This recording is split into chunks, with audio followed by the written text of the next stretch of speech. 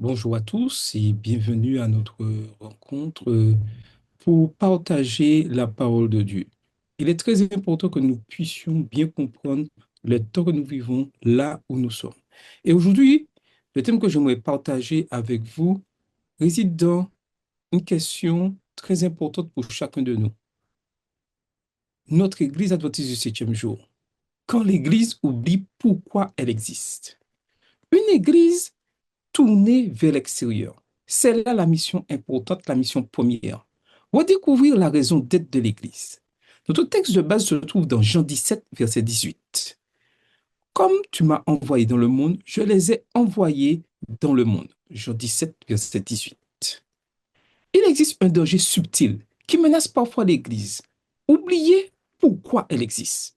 Une communauté peut continuer à chanter, à prier, à organiser des programmes, à se réunir chaque semaine et pourtant perdre progressivement le sens de sa mission. L'Église peut devenir occupée, active, organisée, mais tournée vers l'intérieur. Or, selon la Bible, l'Église n'existe pas pour elle-même, elle existe pour Dieu, elle existe pour le monde, elle existe pour ceux qui ne connaissent pas encore Jésus. Jésus lui-même a défini la mission de ses disciples. Allez, faites de toutes les nations des disciples. Matthieu 28, verset 19. Dès le commencement, l'Église a été appelée à être un mouvement missionnaire, pas un simple, je dirais, simplement une institution religieuse. Lorsque l'Église oublie cela, elle perd sa vitalité spirituelle. Mais lorsque l'Église redécouvre sa mission, elle devient une lumière pour le monde. Le livre des Actes révèle clairement la raison d'être de l'Église. Après la résurrection de Jésus, les disciples auraient pu rester entre eux, ils auraient pu se réunir pour se souvenir des enseignements du Christ. Mais Jésus leur donne une mission. Vous recevrez une puissance, le Saint-Esprit, survenant sur vous, et vous serez mes témoins. Acte 1, verset 8. L'Église est née pour témoigner. Le jour de la Pentecôte, l'Esprit de Dieu est répandu, non pas pour créer un club spirituel fermé, mais pour envoyer les croyants vers le monde. Pierre prêche. 3000 personnes se convertissent. Puis le message se répand à Jérusalem, en Judée, en Samarie, jusqu'aux extrémités de la terre. L'Église primitive comprenait une vérité essentielle. L'Évangile, oui, l'Évangile doit être partagé. L'une des réalités les plus profondes de l'Évangile est celle-ci. Dieu cherche ceux qui sont perdus. Et Jésus le déclare clairement dans Luc 19, verset 10. Le Fils de l'homme est venu chercher et sauver ceux qui étaient perdus.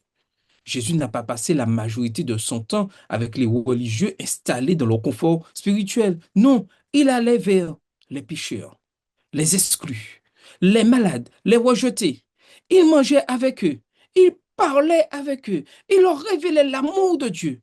L'Église est appelée à suivre, oui, à suivre cet exemple. L'Église est le moyen choisi par Dieu pour le salut des hommes. Elle a été organisée pour servir et sa mission est de porter l'Évangile au monde. L'Église a été organisée pour servir, pas pour se protéger du monde, mais pour atteindre le monde. Lorsque l'Église oublie sa mission, oui, plusieurs dangers apparaissent. La routine spirituelle, les programmes continuent, mais la odeur missionnaire disparaît. Les réunions deviennent des habitudes. La passion pour les âmes, oui, la passion pour les âmes s'éteint. Une église tournée vers elle-même, oui, finit souvent par se concentrer sur des détails, des critiques, des divisions. Quand la mission disparaît, les tensions internes augmentent. Pourquoi? Parce que l'énergie qui devrait être consacrée à sauver des âmes est redirigée vers des préoccupations secondaires. Une église qui ne témoigne plus perd progressivement la puissance de l'esprit. Pourquoi? Parce que l'esprit est donné, oui, l'esprit est donné pour la mission. Rien ne fortifie davantage la spiritualité que le travail en faveur du salut des âmes. Autrement dit, la mission nourrit la foi. Lorsque les croyants travaillent pour sauver d'autres personnes, leur propre foi devient plus vivante. Redécouvrir la mission. Oui, aujourd'hui, c'est la mission de l'Église adventiste du septième jour, chaque de nous. Redécouvrir la mission signifie changer notre perspective. Une Église tournée vers l'extérieur se demande, qui ne connaît pas encore Christ? Qui souffre dans notre quartier? Qui a besoin d'espérance? Au lieu de se demander seulement que pouvons-nous faire pour nous-mêmes.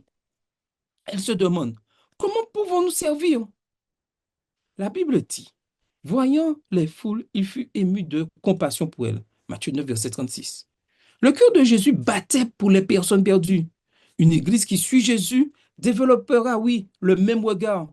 Elle verra le monde non pas comme une menace, mais comme un champ de mission. La mission n'est pas réservée aux pasteurs, aux évangélistes, aux missionnaires envoyés dans des pays lointains. Non, la Bible enseigne que chaque croyant est appelé à témoigner. Et Pierre écrit ceci dans 1 Pierre 2, verset 9. Vous êtes quoi? Vous êtes une race élue, afin que vous annonciez les vertus de celui qui vous a appelé des ténèbres à son admirable lumière. Chaque chrétien, oui, chaque chrétien a une influence dans sa famille, dans son travail, dans son quartier, dans ses relations. Oui, l'Église devient puissante lorsque chaque membre comprend sa mission. Jésus utilise une image simple mais profonde dans Matthieu 5, verset 14. Il dit, vous êtes la lumière, oui, la lumière du monde. Une lumière n'est pas faite pour être cachée. Non, non, non, non. Une lumière est faite pour être vue de tous. Elle Elle est faite pour éclairer. L'Église doit être visible dans le monde par l'amour, le service, la compassion, la vérité. Dans la compréhension adventiste du septième jour, cette mission, elle est encore plus claire. Dieu a confié à son peuple un message spécial pour les derniers jours. Le message des trois anges. Apocalypse 14, verset 7 nous dit, craignez Dieu et donnez-lui gloire. L'heure de son jugement est venue. Ce message appelle le monde à adorer Dieu, à revenir à sa parole. Oui, à se préparer au retour de Jésus. L'Église ne peut pas garder ce message pour elle-même, non. Elle doit le partager. La mission n'est pas seulement une activité, elle est l'expression de l'amour de Dieu. Jean écrit dans Jean 3, verset 16, et verset que nous connaissons très bien, car Dieu a tant aimé le monde qu'il a donné son Fils unique.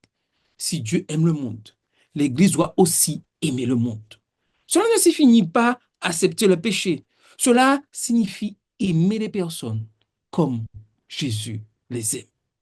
L'amour du Christ, oui, l'amour du Christ est la force qui doit mouvoir l'Église. Lorsque l'amour remplit le cœur des croyants, ils servent, ils témoignent, ils invitent, ils partagent l'Évangile. La Bible annonce qu'avant le retour de Jésus, un mouvement mondial proclamera l'Évangile. Et c'est une certitude. Parce que Jésus nous dit dans Matthieu 24, verset 14 ceci, cette bonne nouvelle du royaume sera prêchée dans le monde entier. L'Église adventiste du septième jour comprend qu'elle a un rôle, oui, qu'un rôle particulier dans cet accomplissement prophétique. Mais cela ne peut se produire que si chaque membre participe à la mission. Aujourd'hui, plus que jamais, le monde a besoin d'espérance. Les gens cherchent, pardon, un sens à leur vie. Ils cherchent la paix intérieure. Ils cherchent une vérité solide. Et Dieu a confié à son Église le message qui peut transformer des vies. La question n'est donc pas, l'Église a-t-elle une mission? La question est, sommes-nous prêts à vivre cette mission? Lorsque l'Église oublie pourquoi elle existe, elle devient faible. Mais lorsqu'elle redécouvre sa mission, elle devient une force spirituelle puissante. Une église vivante est une église qui aime, une église qui sert, une église qui témoigne, une église qui cherche ceux qui sont perdus. L'église n'existe pas d'abord pour elle-même, elle existe pour le monde que Dieu aime. Et chaque croyant est appelé à devenir un pont, oui, un pont entre l'évangile et ceux qui ne connaissent pas encore Christ. La question que nous devons nous poser, cette question de réflexion, qui nous permettra de bien comprendre là où nous sommes et de pouvoir savoir qu'est-ce qui a corrigé. Si quelqu'un observait notre vie, si quelqu'un observait notre Église, verrait-il une communauté tournée vers elle-même ou une Église passionnée pour le salut des autres? Prions, prions. Seigneur notre Dieu, nous te remercions pour l'Église que tu as établie sous cette terre. Merci pour l'évangile qui a transformé nos vies. Mais nous reconnaissons que parfois, nous oublions, oui, nous oublions notre mission. Pardonne-nous lorsque nous devenons centrés sur nous-mêmes. Pardonne-nous lorsque nous perdons de vue ceux qui ont besoin de ton amour. Donne-nous un cœur semblable au tien. Apprends-nous, oui Seigneur, à voir les personnes comme tu les vois. Remplis ton église de compassion, de courage et de passion pour les âmes. Fais de chacun de nous une lumière dans ce monde, que nos paroles, nos actions et notre vie conduisent d'autres personnes vers Jésus. Et prépare-nous ainsi que beaucoup d'autres pour le glorieux retour de notre Sauveur. Nous te le demandons au nom de Jésus. Amen. Amen. Amen. Nous allons nous séparer d'un salle et prier. Nous avons deux sujets de prière. Priez pour que Dieu renouvelle la vision missionnaire de l'Église. Seigneur, réveille ton Église afin qu'elle se souvienne de sa mission.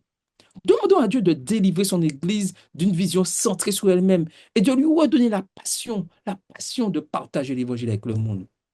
Jean 17, verset 18 nous le dit clairement. Comme tu m'as envoyé dans le monde, je les ai aussi envoyés dans le monde. Que Dieu renouvelle la vision missionnaire de l'Église, que les croyants retrouvent la passion pour les âmes, que chaque communauté locale devienne un centre de témoignage de service. Deuxième sujet de prière. Priez pour que chaque croyant devienne une lumière pour les autres. Seigneur, oui Seigneur, fais de chacun de nous un témoin vivant de ton amour. Demandons à Dieu de nous utiliser personnellement pour atteindre ceux qui ne connaissent pas encore Jésus. Jésus a dit lui-même, Matthieu 5, verset 14, vous êtes la lumière du monde. Que Dieu remplisse nos cœurs d'amour pour les personnes perdues, qu'il nous donne des occasions de témoigner dans notre famille, notre travail et notre quartier, que le Saint-Esprit nous donne le courage et la sagesse pour partager l'espérance de l'Évangile. Séparons-nous dans les salles. Que le Seigneur vous bénisse. Maranatha, Jésus.